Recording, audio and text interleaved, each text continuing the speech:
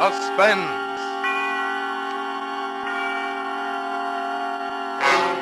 Autolite and its 96,000 dealers present Mr. Victor Mature in Momentum, a suspense play produced and edited by William Spear. Say, Hap. Yes, Harlow? This morning I was telling a cantankerous cartoon of a car it would run better with Autolite resistor spark plugs when it reared up on its differential and replied, "What do you think I'm waiting for?" A talking car. Well, every bright buggy knows that Autolite resistor spark plugs mean a smoother idle and better engine performance on leaner gas mixtures. Why, that's common knowledge among cars. Right, you are, Hap. Autolite resistor spark plugs have 200% longer electrode life. And they cut down on spark plug interference with radio and television, too. Why, millions are in use. Backed by the engineering know-how of Autolite, wide-gap Autolite resistor spark plugs assure top, all-round spark plug performance. Get Autolite resistor spark plugs. Remember, you're always right with Autolite.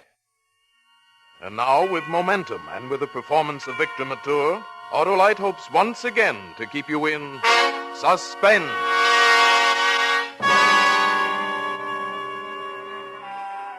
I look just like any other guy standing on a platform waiting for a train at night. The other people walking up and down here waiting for their train, they might look and they might not. Just a guy waiting for a train, waiting to say goodbye to New York. They don't know I'm different. It's starting to snow. They think the way I'm clutching my coat collar together is because I'm cold. They don't know I've got a bullet in my neck. Yeah. This is some of that bad trouble my wife always is telling me I'm going to get myself in. Bad trouble. All those people dying on account of it. Like a snowball when it starts rolling itself up, gathering, what is it? Momentum. Well, in another 20 minutes, her train will be here, and I'll meet her, and we'll be on our way to San Francisco, and things will be different. Things will be a lot different. I never thought today was going to be like this. Since noon today, it's already lasted a couple million years. A couple of million years.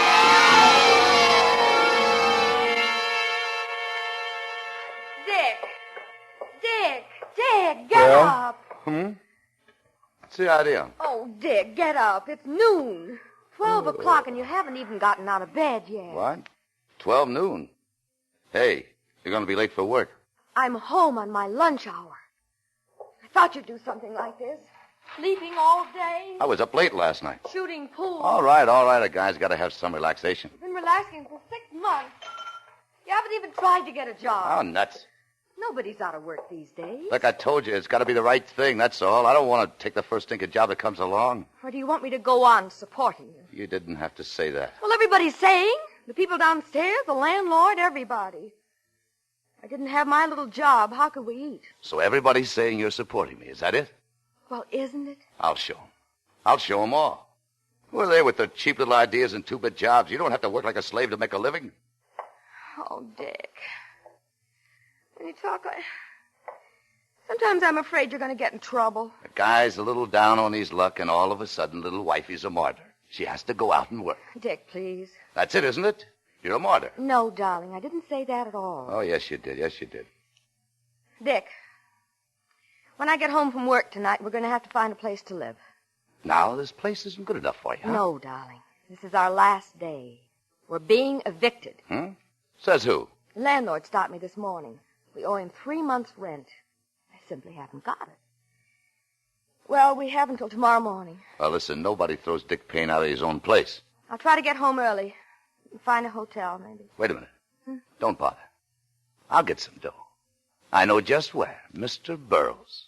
Oh, Dick, you're not going to Mr. Burroughs. Why not? He owes it to me. He's making money out of my invention, isn't he? Dick, you know that when you worked for Mr. Burroughs, you were paid for everything you did. Yeah, if you call a couple of bucks a week pay. Burroughs is making a lot of dough in that stinking shop just because of my invention. But he's not that way. I worked for him, too, remember? Then you ought to know how he cheated me. Yeah, that's what he did. He cheated me. You know Mr. Burroughs isn't that kind of man. The firm isn't run that way. If you had anything Go ahead. That's right. Stick up for that shyster who robbed your own husband. I'm going over and see him today for a showdown. Oh, Dick, please don't go over there. Don't make any trouble. We need dough, don't we? We're being evicted, aren't we? Well, I'm going to show you a little action. I'm going out and get her some dough. You know Mr. Burroughs won't listen to anything so foolish. He'll listen to me, and he'll pay too plenty. Oh, darling, no. What are you crying about? Look, when I get that dough, you won't have to support me anymore. Cut it out. Go on back to work. I'm going to lie here a couple of minutes and figure this out. Go on, go on.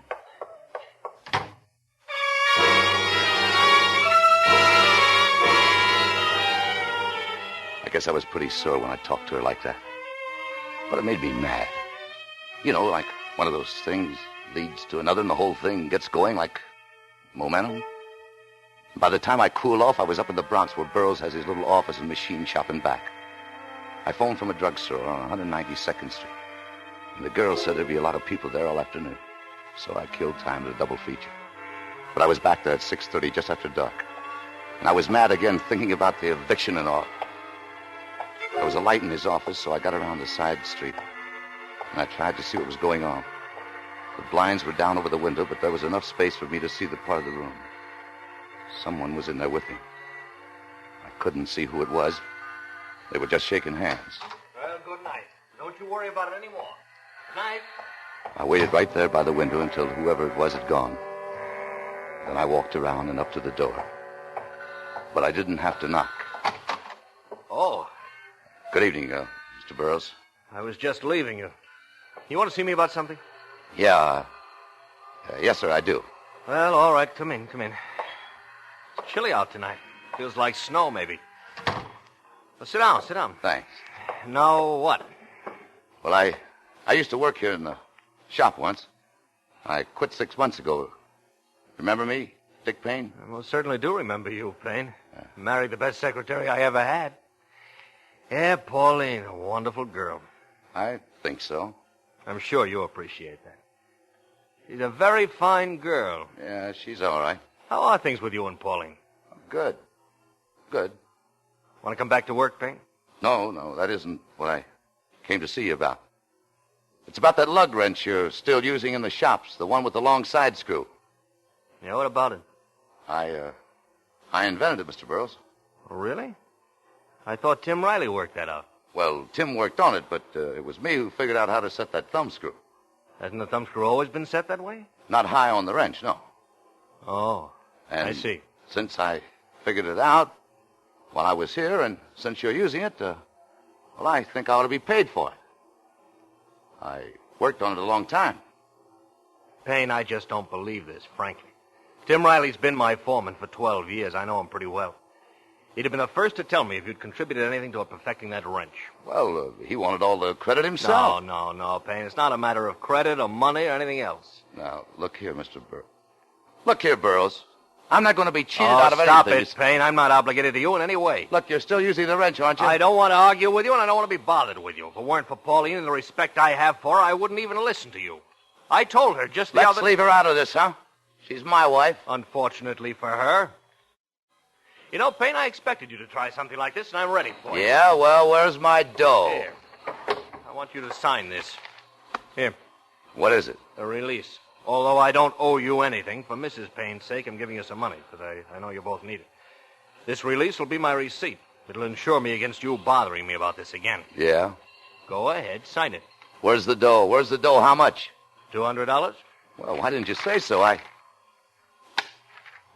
Oh, no, you don't, wise guy. I want more than that. Look, if it's big enough to make me sign a release, it's big enough to bring in a lot more dough. Get out of here, Payne.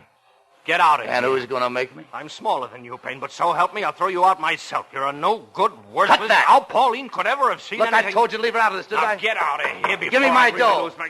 Get out of here! Oh, no, you don't. You don't like that, huh? Well, try this.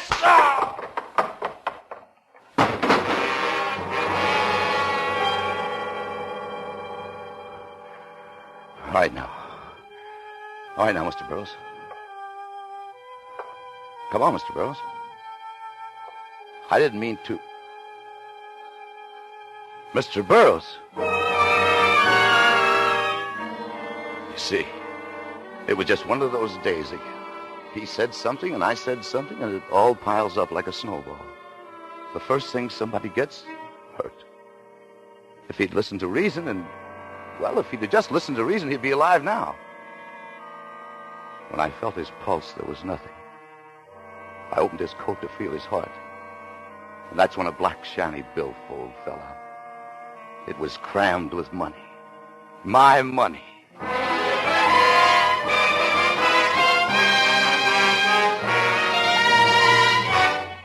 Autolite is bringing you Mr. Victor Mature in Momentum, tonight's production in radio's outstanding theater of thrills, Suspense.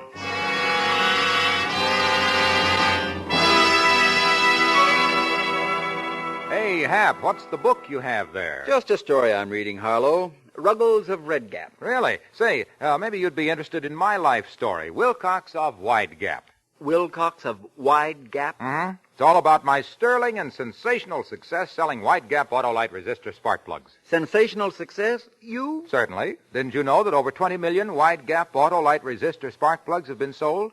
And small wonder. Who can resist having a set of Wide Gap Autolite resistor spark plugs installed in his car when I tell him these Wide Gap whizzes mean smoother engine idle, better performance on leaner gas mixtures, actual gas savings? Why, everybody goes for Autolite resistor spark plugs with the exclusive built-in 10,000 ohm Autolite resistor. You get smoother, faster, easier starts in cold temperatures, 200% longer electrode life, reduced spark plug interference with radio and television reception. So, friends, see your neighborhood Autolite spark plug dealer and have him install a set of the famous Wide Gap Autolite resistor spark plugs in your car. Remember, you're always right with Autolite. And now, Autolite brings back to our Hollywood soundstage Victor Mature in Momentum, a tale well calculated to keep you in suspense. 11:50. The train will just be pulling out of Grand Central now. It'll be here in 10 minutes, 12 o'clock. It won't be long now. Another 10 minutes, and I'll be safe on that train with Paulie. And all of this will be over. I'll make it. Nothing's going to stop me. Nothing. Not even this bullet. He started it all, Mr. Burroughs. And then the whole thing got going. Momentum. I didn't mean to kill him. I just went there to get my money, the money he owed me for using my invention. But nobody saw me do it, and I got out of there.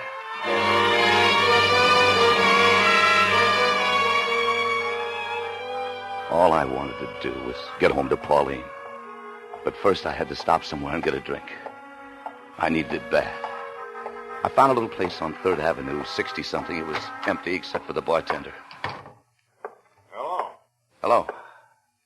Business is kind of slow tonight, huh? Big television shows don't start until 8. What'll it be? I'd like some whiskey. Just whiskey. Just whiskey, and whiskey it is, mister. Yeah. Chase it? No. Give me another one. Sure.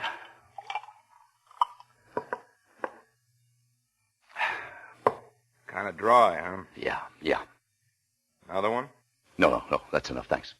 That's $1.20. $1.20? Oh, that's no problem. Just take it out of... Oh. Something wrong, buddy? Oh, no. I changed my mind. Oh, what about? I think I'll have another drink. Yeah, give me another one. Only make it a double this time. Sure. Want to pay me for the other 2 first? I'll pay you when I'm finished. House rule. Huh? Every 2 drinks we always collect in this place. That way, in case anybody tries to run out on a tab, which they don't generally do, 'cause I don't like things like that.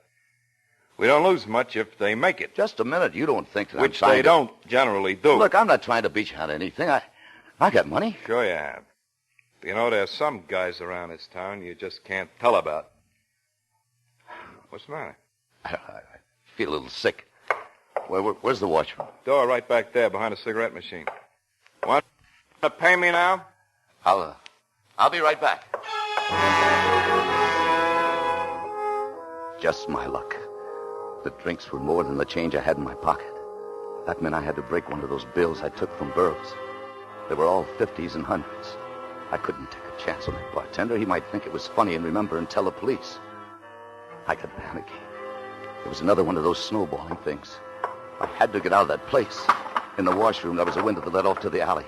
I just raised it, and it was climbing up on the sill when the bartender walked in. He was carrying a gun. All right, wise guy. I thought you'd try something like this. Come on, get over that ledge. Look, I was only opening the window to get some air in here. Yeah, sure. Tell it to the cops. I'll pay you. Look, I'll pay you anything you want. Deadbeat. I spotted you the minute you walked in the joint. I can spot him a mile off. Now, come on, get moving. No. Let go Look, of my arm, you crazy fool. Tell me. Slow you might get scared. You. Let go of me, you. You're crazy.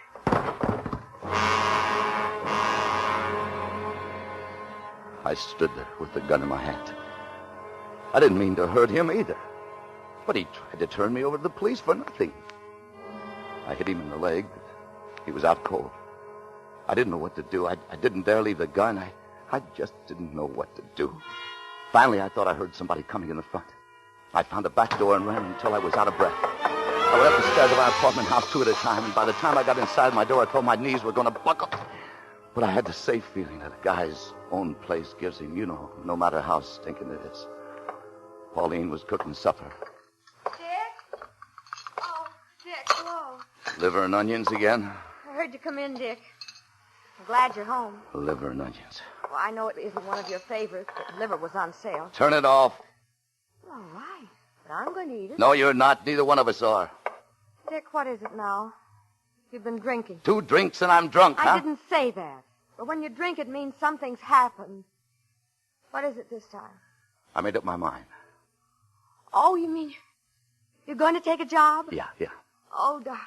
Well, you haven't heard it all yet. I don't need to hear anymore. Listen, I know I haven't been a model American husband. Oh, Dick. Nobody ever voted me the guy most likely to become a millionaire, but, honey, well, I didn't always get the breaks, No, of course not. You need to get a certain amount of momentum to... Why kid anybody? It's been my fault. No, it hasn't, darling. Mm-mm. You've tried in your own way.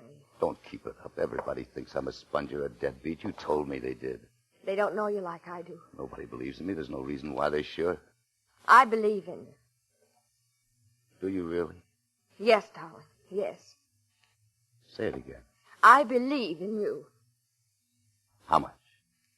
As much as anybody could. More. Would you believe in me in Chicago, in Milwaukee, or in San Francisco? Anywhere. Anywhere in the world. All right, then we're going. Going? Where? San Francisco. My From job. now on, I'm doing the work for this family. Well, how can we Look, pick I've right got up... the money here. Look at it. Dick!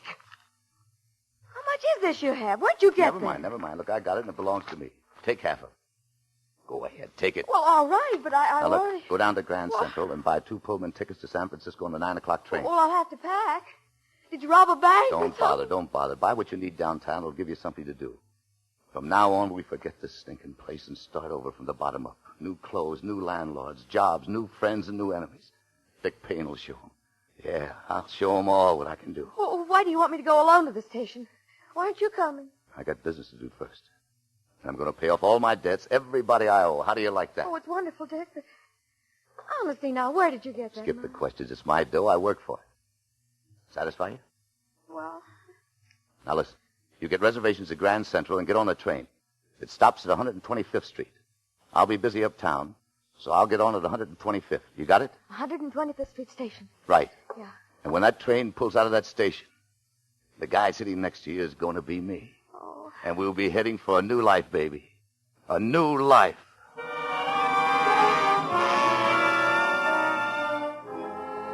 If she knew what was really on my mind, she'd never have left.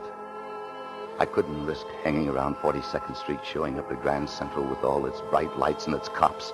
I had to hide in some uptown dive where nobody'd find me and then sneak on the train to 125th Street, where they got only about 3 bulbs and no cops. I stood at the window and watched her cross the street. That's when I noticed this guy. A guy standing on the other side of the street looking up right at the apartment. Big, bulky, with policeman-type shoes. I jumped back from the window as he started to cross the street. I pulled my gun out to see if it was loaded. I heard him. I heard him coming up the stairs. There was nothing to do but wait for him.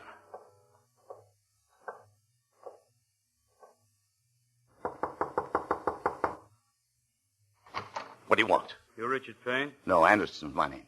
Isn't this apartment 12? Yeah, it is. I moved in this morning. Pay moved out yesterday. Oh, now, wait a minute. You fit the description I got until I find out better you're the man I want. Look, I tell you we that got a little business, you and I don't... I reached out and I jerked him off his feet into the room.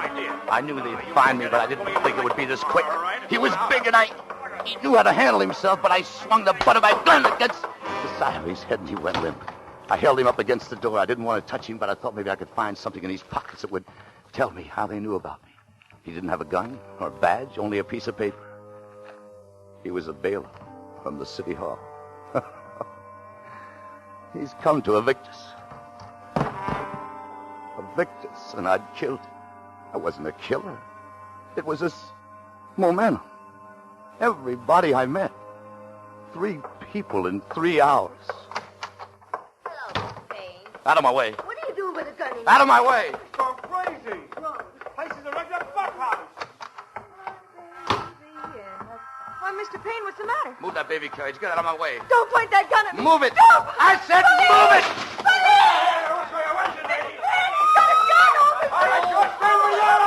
Oh, no, you don't, Copper.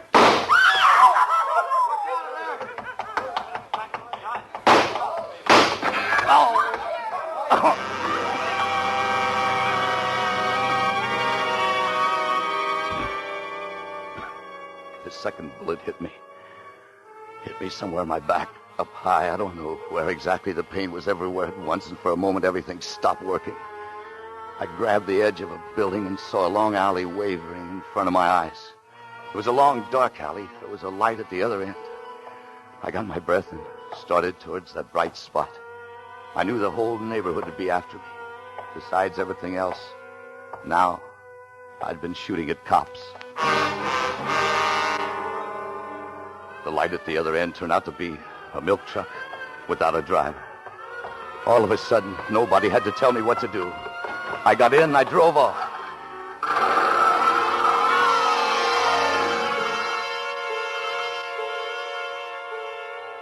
I left the truck somewhere on 127th Street or someplace, I don't know where, a block or 2 from here. The toughest thing of all was climbing the stairs to get up here to the station. 3 flights of stairs, a step at a time, and like my head would fall off from pain every time I took a step. The Broadway Limited, non-stop to Chicago, just arriving. Just a minute. Oh, hello. Hey, you sick, mister? Where did the Pullman stop? Oh, the Pullmans always stop up front by the second light. What time does the Chicago train come in? Oh, they just arrive. Leave a Grand Central, 11:50 o'clock. Arrive here, 12 midnight, under the hat. 80 years I sweep up the platform, always on time. You gonna catch? Yeah. Where's your bags? My wife got on at Grand Central with the luggage. I'm meeting her.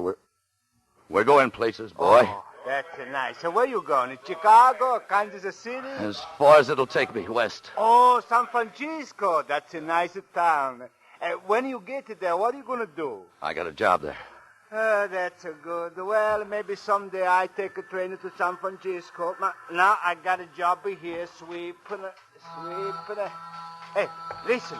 She just come out of the tunnel. It's on time. Good. That's a pretty, huh? Good. Except when the train comes at night. When I work, it's always quiet up here. I used to brush the dirt off of the side. Down she goes, 45 feet down to the street where the dots belong. Mister, please move the foot so I sweep where you stand. Huh? Sure. Thanks a lot. I sweep just... Hey, what's this? Huh? Your nose don't bleed, but there's a fresh blood drip on the platform. Hey, what's your name? None of your business. Just a minute. More blood. I don't like this. Now I know why you don't tell me your name. You shame. Maybe you the same fellow shoot a policeman tonight. All right, turn around. Oh, you gotta go. Turn around, I said. Mister, what are you gonna do? Don't you worry here. What do you think?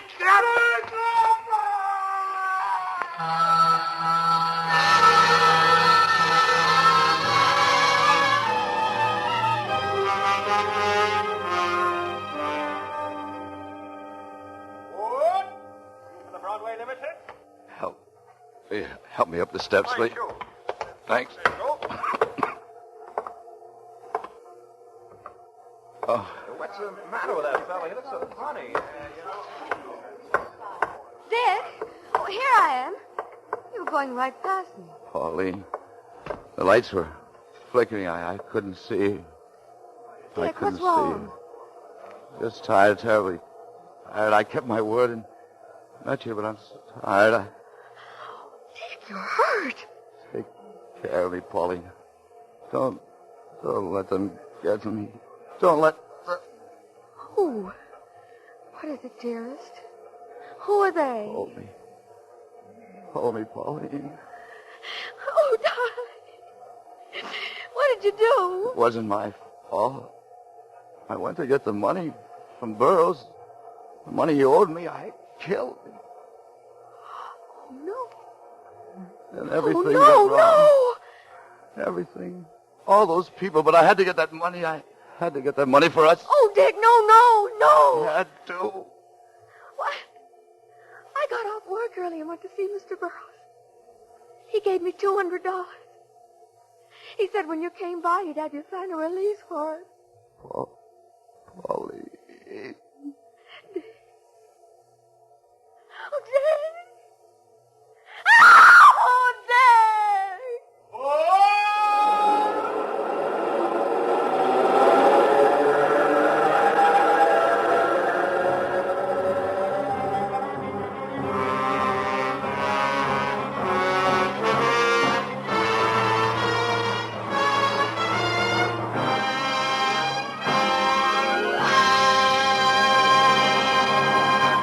Suspense, presented by Autolite. Tonight's star, Victor Mature.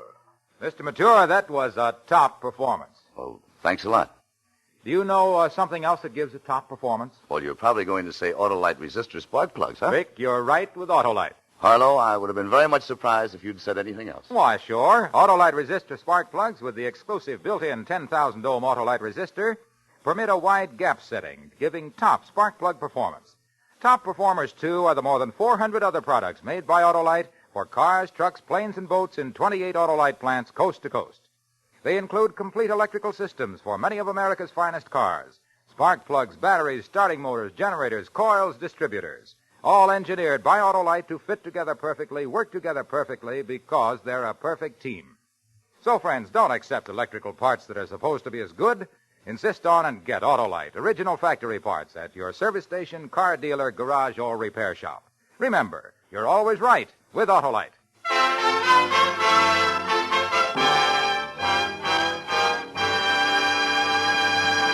Next Thursday for Suspense, Red Skelton will be our star. The play is called The Search for Isabel, and it is, as we say, A tale well calculated to keep you in suspense.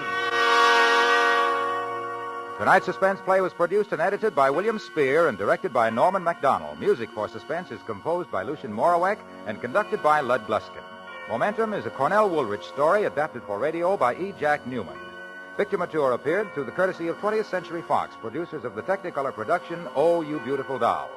In the coming weeks, you will hear such stars as Van Heflin, Lucille Ball, and Desi Arnaz. By the way, Lorene Tuttle tonight was Pauline. And now, don't forget, next Thursday, same time, Autolite will present Suspense, starring Red Skelton.